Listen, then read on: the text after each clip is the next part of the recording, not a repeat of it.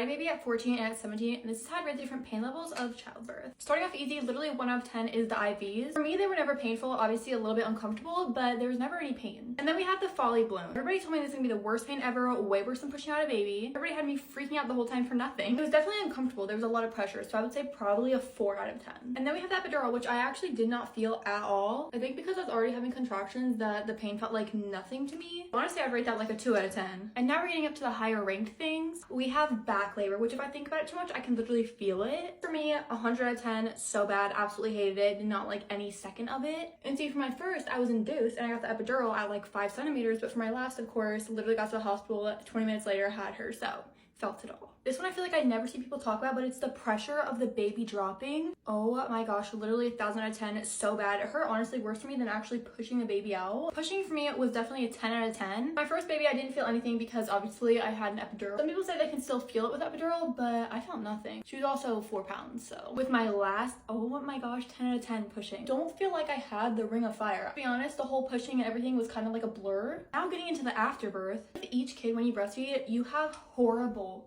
contractions of your uterus going back to normal. I heard it gets worse with each kid, so I'm honestly very scared. And then one of my all-time least fave is the massage that they do. And they're called fundal massage, not completely sure. I push so hard. Didn't cry during birth, but cried when they did that. When I have a baby again, 100%.